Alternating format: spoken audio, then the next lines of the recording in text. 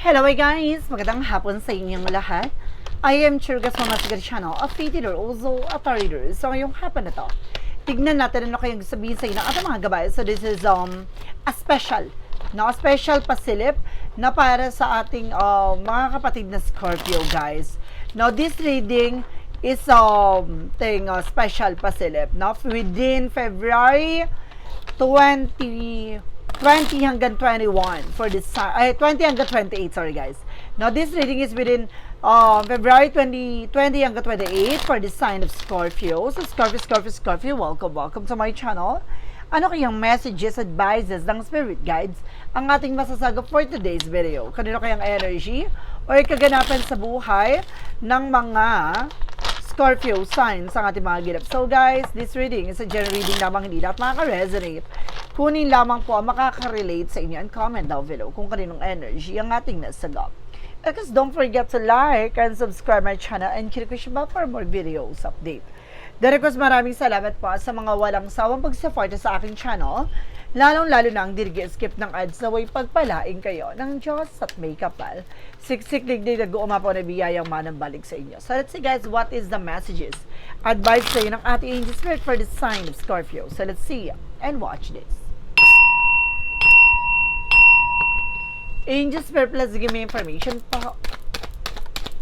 So there's a hangman. Now there's something is stuck.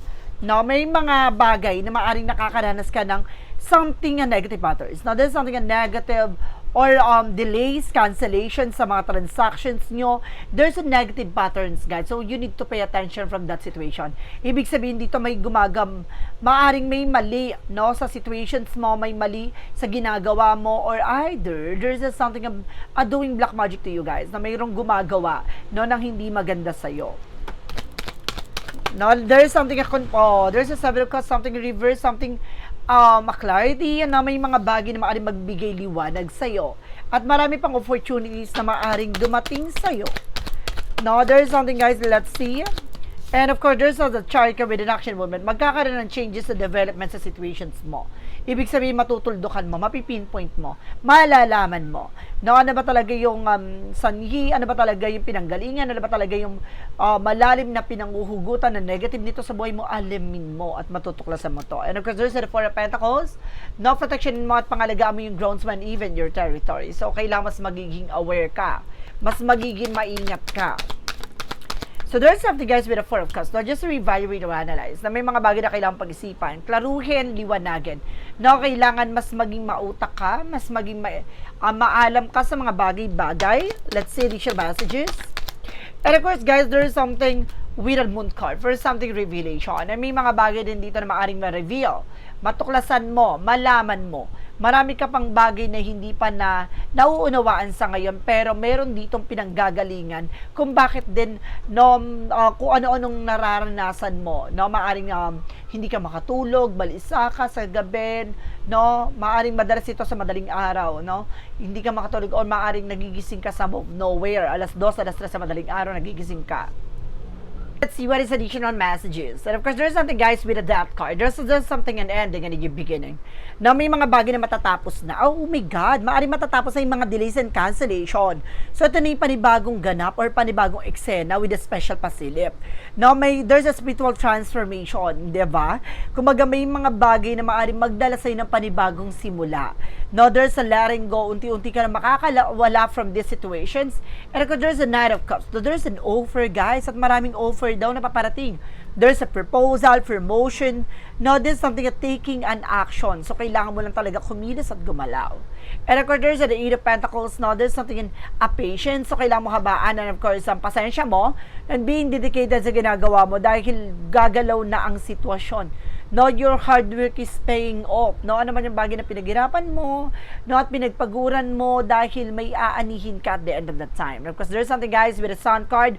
There's something a pure positive outcome. So, it means guys, no, lahat ng bagay na to, kung mas magiging maingat ka, no, kung paano mo i-manage at i-control ano ba yung bagay na meron ka, mas magiging positibo at magiging malaya ka sa galawang, ano man yung bagay na gagawin mo. no? Kung mas magiging manageable ka sa time, sa effort, sa money, no? Kumbaga, mas magiging maluwag ang situations mo dito. What is the Four of Cups? Represent with the Knight of Swords. See, there's something anxiety, sleepless night. No, kailangan mo pag-isipan. Hindi pwedeng yung rash decision. Hindi ka pwedeng mag-decision basta-basta. Lagi mong pakakatandaan para hindi ka maipit sa situations. Lagi mong pag-iisipan ng maraming beses bago ka magdi-decision, or kumbaga titignan mo yung bigger picture, or maaaring titignan mo yung consequences or possibilities, no, advantage and disadvantage ng bawat action and decision mo. What is the Moon card? Represent with the Four of Swords. See, I told you. So meron talagang gumagambala during midnight sa'yo, sa madaling araw, no, maaring meron ditong kumbaga gumugulo, may palipad na hangin ako na nasa sense, no, or maaring inaaswang ka pa the other side dahil para ma-stress, ma-depress ka, or para magkaroon ng ka ng failure, no, para tumaas, no, ang iyong kumbaga blood sugar, something like that, no, para hindi ka mahirapan sa pagtulog, no, para magkaroon ka ng para maging anemic ka. So maraming possible diyan. So kailangan mag-pay attention kapag ganun na yung nararamdaman mo, no, na hindi ka makatulog madalas, no, kumaga mag-pay attention ka. So kailangan mo mag-cleanse, no, i-cleanse mo yung sarili mo, or it's either kailangan mo magpa-cleanse, no. Kung may malapit mong gagamit sa'yo, magpatingin ka para ma-assure mo na kung talaga yung pinanggagalingan yan. So, let's see what is the Hangman across the Death card. Represent, guys, with the Ace of Wands, something, a new project, a new plan coming in. Dito papasok ang mga bagong proyekto, plano, oportunidad. No, parang dito yung mga bagay na maaring matapos na, ano man yung bagay na gumugulo sa iyong isipan. Magkakaroon ka ng mga bagong plano, proyekto, or kumbaga business venture. Kumbaga maraming bagay na maaaring mag-spark, maaaring mga bagay na maaaring magbigay sa iyo ng pitik sa eksena na, oh my God, kumbaga hindi mo in-expect na may blessing na paparating na ganito, ganyan. So parang katapusan na ng mga delays, katapusan na ng mga negative traits sa buhay mo. So eto na yung pagbabago na maaaring matagal mo nang hinihintay. Let's see. There's the Queen of Wands, by confident. Lakasan mo ang loob mo, maging matapang ka, alisin mo yung alinlangan na takot mo. Kailangan mas magiging palabang ka this time. And of course, there's something, guys, with a 10 of something happiness. At the end of the time, magiging masaya at magiging maayos daw ang pamilya mo. So, talagang pinapakita dito at talagang ibibigay sa'yo dito, being dedicated sa ginagawa mo, mas magiging bulabog at mas magiging matagumpay ka sa hinaharap pagdating sa pamilya mo. And of course, there's an effort. So, just being mature enough and being grounded. See, I told you. Sulad ng sinasabi ko, kung paano mo iba-budget, ima-manage yung time, effort, money, no mo, and of course yourself, rather, kumbaga kailangan mas magiging kumbaga alam mo yung structure, o alam mo yung bagay na binubuo mo, o alam mo yung bagay na gagawin mo. So kailangan, no, kumbaga the more kasi na manageable lahat ng bagay sa buhay mo, mas mapapadali yan. Na alam mo yung gagawin mo sa ganitong bagay. Kumbaga you're also Scorpio, no? Scorpio is something, kumbaga very yan kumbaga, it's not controlling, but definitely, guys, kumbaga, ano siya yung naka-organize, very organized, no? Kumbaga, gusto niya nakaset na ng ganito, ganyan. So, very intellectual talaga. Matalino talaga tong Scorpio na to. So, kailangan mas maging aware ka lang. So, how to manage and budgeting, no? Ano man yung bagay na meron ka. And there's the word card. Some of you guys, no? Maraming mga toxic sa paligid mo, no? At maraming mga taong hakadlang, no? To make a successful person, no? At marami ka pang ma-accomplish, marami ka pang matutupad, like travel, no? Marami kang bagay na maaring mabuo dito sa mundong ginagalaw mo. Kaya kailangan proteksyon naman yung sarili, limitahan mo yung mga taong pagkakatiwala mo, limitahan mo yung mga taong baka kisalabuhain mo, no? And there's a sabi naman, it's all about protection. So, I told you. So, kailangan mo na protection talaga. So, I feel something na may gumagambala talaga sa'yo dito. My God. So, ginagawa ka talaga ng hindi maganda, guys. No, let's see. And of course, there's something, guys, with the Knight of Cups. There's something a wish fulfillment. Bagay na maaaring masapad mo na. No, may mga bagay na may isa katuparan mo na. May mga bagay na unti-unti mo na makakamit ang tunay na tagumpay. And of course, there's a star card. Wow! There's something in healing, recovery, and there's a lot of offer and hope coming in. So talagang mayroong pag-asa at maaaring mayroong hinihiling na maaaring matupad na dahil sa pananampalataya at tiwala. Alam nyo, guys, eto Scorpio, kumbaga lahat ng bagay na nangyari sa buhay mo, it's all line up. No? Naka-line up. You know why? No, there's a lot of major arcana dito. No? Kumbaga, there's something, bibilang ko na major arcana, 1, 2, 3, 4, 5, 6. O, 6 ang major arcana at the same time. Kung paano ko sinabi naka-line up, you know why? There's the moon card, the sun, and the star. Tatlong importanteng cards dito, no, sa tarot cards ang lumabas sa reading mo. So, ibig sabihin dito, no, maraming bagay na nangyayari sa madilim na parte ng buhay mo. May mga bagay na liliwanag at lilitaw dyan. Ano ba talaga yung kailangan mong gawin at kailangan mo matutunan dyan. After that situation, there's something the star card. No, at yung pag-asa na to ang magdadala sa pagtupad ng pangarap mo. Diba? So, there's something, guys, with a 6 of Pentacles. So, say, magtutuloy-tuloy na about sa finances. So, it means gaganda ng takbo, daloy ng iyong pera. And of course, there's something else with the Ace of Pentacles. There's a big shot and big money coming in. Malalaking pera. Malalaking opportunities ang darating sa'yo. Oh my God.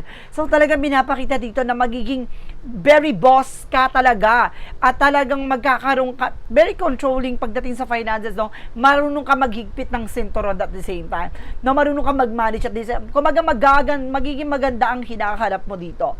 And there's a Knight of Swords. Bibilis ang takbo ng sitwasyon na hindi mo na namamalayan. Kumaga ang layo-layo na sa dating ikaw. And of course, there's the 7 of Pentacles with the harvest time. So, kung puproteksyon mo yung sarili mo, no, wala nang hakadlang at harang sa pagtupad dito. At itong bagay na to ang aanihin mo at the end of that time. So, see, kailangan mo lang proteksyonin yung sarili mo kasi maraming evil eye. Maraming naiinggit, nagagalit, maraming mga, kumbaga, ayaw maungasan, maraming ayaw masapawan. So, kaya kailangan proteksyonan mo ang iyong sarili para maging matagumpay sa hinaharap. So, guys, alamin natin at tuklasin natin yung mga bagay na makakagilap pa natin pagdating sa finances and career, love life, at kalusugan. So, let's see, guys. So, nandito na tayo, guys, no? Pagdating sa finances and career, love life, at kalusugan. So, shuffle ako ng very light. Okay. So, let's see. Pagdating sa finances and career, there's something at 3 of Pentacles. For teamwork. Now, there's something, an opportunity and learning. Marami ka pang bagay na matututunan, malalaman. So, kailangan mo lang mas maging maingat sa mga nakakasalamuha mo. No, may paglago talaga ako nakikita dito. And there's a Knight of Swords. See? Kumaga matuto ka lang, no, na kailangan mas maging maingat ka mga tao sa paligid mo. There's a lot of toxic negativities around you, especially sa trabaho mo, sa negosyo mo, no, sa pag-earn mo ng pera. Marami talaga dyan. No, and of course, there's a justice card. Don't you worry, karma is waving. Ano man yung bagay na ibinabato nila sa'yo, there's something bounce back. No, kapag gumiling sila ng masama towards you, there's something a bounce back. Mababalik sa kanila what they deserve. Ang tinatawag dyan, hindi lang consequences, karma. And of course, there's something, guys, with 10 of Pentacles. No, there's something for long-term. Magkakaroon talaga ng long-term success. No, long-term investment, unexpected financial windfall. And of course, there's an Empress card for River. Talagang magiging maganda. No, magkakaroon ka ng renewal at panibagong eksena at panibagong mundo. I feel something bagong ikaw. No, and of course, there's something Ace of Swords with the mental clarity. Lahat ng bagay na ito magliliwanag, no, pagdating sa finances and career mo. So, tuklasin natin. Alamin natin pagdating sa love life, there's something, guys, without magician for manifestation. Na may mga bagay doon na ma-manifest mo. No, may mga bagay na matutupad yung dalawa with your person. You have the power. No? And of course, there's the King of Pentacles being security. Maging secure ka pagdating sa relasyon. No, maraming mga chusera dyan. And there's a Nine of Pentacles. You have a potential para maging malago ang inyong relasyon.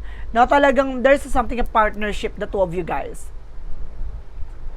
And of course, there's a Page of Cups. Listen to your intuition and listen to your gut feeling. Makinig ka sa nararamdaman mo. There's something fishy. No, meron ditong parang malansang isda na maaaring maliwasaw. So, kailangan mag-ingat ka sa mga taong nasa paligid mo. Huwag ka masyado magtitiwala. No, it's either ka mag-anak man to, kaibigan man to, no, both parties, just being aware. And there's a Four of Wands. So, this is something celebration. Some of you baka ikasal ka, o magkaroon dito ng family gathering, celebration with your families. No, and of course, there's a Four of Wands, there's a twin flame energy and soulmate connection. Soulmate kayo, twin flame kayo ng person mo. And of course, there's a Three of Wands, waiting for a result, waiting for a ship. Kung may hinihintay kayong paper documents, there's a possible na dumating na. Na may mga pasilip dito na magkakaroon kayo ng travel ng person nyo. So, pagdating naman tayo sa kalusugan mo, and of course, there's a Six of Wands for victory. So, ibig sabihin, gaganda ang kalusugan mo. Gaganda ng kalagayan mo with a Ten of Swords. Mag-ingat ka lang kasi may sumasabot tayo sa'yo. It means, guys, may gumagawa talaga ng hindi maganda sa kalusugan mo. no, para magkaroon ka ng diferensya, para magkaroon ng damage, para hindi mo magawa yung gusto mong gawin. And of course, oh my God, kapitbahay ka, mag-anak pa to. Returning to the roots, ibig sabihin dito, familiarity. No, it's either an ex, family related, or kaibigan, or kapitbahay mo ang gumagambala sa'yo. Basta napakalapit lang. And of course, there's a judgment. Pinapaalalahanan ka na you need to pay attention. It means, guys, no, napupondohan ka na. So, isang paalala dito na kailangan, kaya pala may protection dun sa unang chapter natin, di ba? You need to protect yourself. So, kailangan mo protection din yung sarili mo dahil ang tina-target dito is yung kalusugan mo. And of course, there's only guys with a King of Wands, something ambition. Oh, may hinala ka na. Nararamdaman mo na something wrong about you guys. And of course, there's a Seven with the sneakiness. Oh my God, there's a cheating lying. Ibig sabihin, nasa malapit lang, baka nagbibigay pa to ng pagkain o inumin sa'yo. So, kailangan maging aware ka, guys. So, let's see. What is additional messages naman tayo sa mga gabay? With an angel spirit messages, with a magical fire messages, advices for you guys. No, angel spirit, let's give information with the magical fire messages. So, there's a children, guys, no? Meron kayong mga anak. There's something connected with your children. And there's a marriage. No, aling kakasal ka talaga or kasal kayo. So, let's see what is a yin and yang oracle card. And there is a unity. May pagkakaisa talaga dito. No, kailangan mo nalakasan ng loob mo with the sun card, and of course there's a strength card. No, kailangan mo mas maging matapang at maging malakas, or magiging malakas kayo ng partnership nyo dito, ng person mo. So, let's see what is the synchronicities. And there's something arise. Oh my God, Scorpio rising from the ashes, no? Ang lakas maka-phoenix. So, there's a transformation coming in. May malaking pagbabago talaga na magaganap sa buhay mo. And of course, there's something as synchronicities. There's a symbols and signs talaga. Maraming senyales na pinapahiwatig, pinapakatid sa'yo na there's a new beginning coming in. No, coming your way, guys. No, may bagong simula at magbabago na ang ikot ng kapalaran sa buhay nyo. And of course, there's something a third party. Sabi ko na nga ba, isa sa mga sumasalbay sa inyong relasyon at sumisira sa inyo ay may related about sa inyong dalawa. So, ibig sabihin kung pamilya niya or pamilya mo o maaaring kaibigan ka, mag-anak or kapitbahay nyo. And there's a healing releasing. So, magkakaroon naman daw ng healing. So, maaaring alam nyo na yun dapat yung gawin, no? Para maalis. O may kailangan kayo ng healing process or healing sessions dito para mag-heal to. So, ibig sabihin, nasa gayuma or may gawa kayo ng kulam talaga, guys. What is Archangel Michael messages? And your inner guidance is real and trustworthy. No? Yung mga gabay mo ay maaaring mapagkakatiwalaan naman daw. For a Jesus-loving quote said, ano kayang gusto sabihin sa'yo ng ating mga gabay? Ng ating Panginoon with a Jesus? Ano kayang advice sa'yo? Ano kayang quotes to? There is something, guys, with, if you have faith as a grade of mustard seed, you shall say unto this mountain, remove hence to the yonder place, and shall be removed.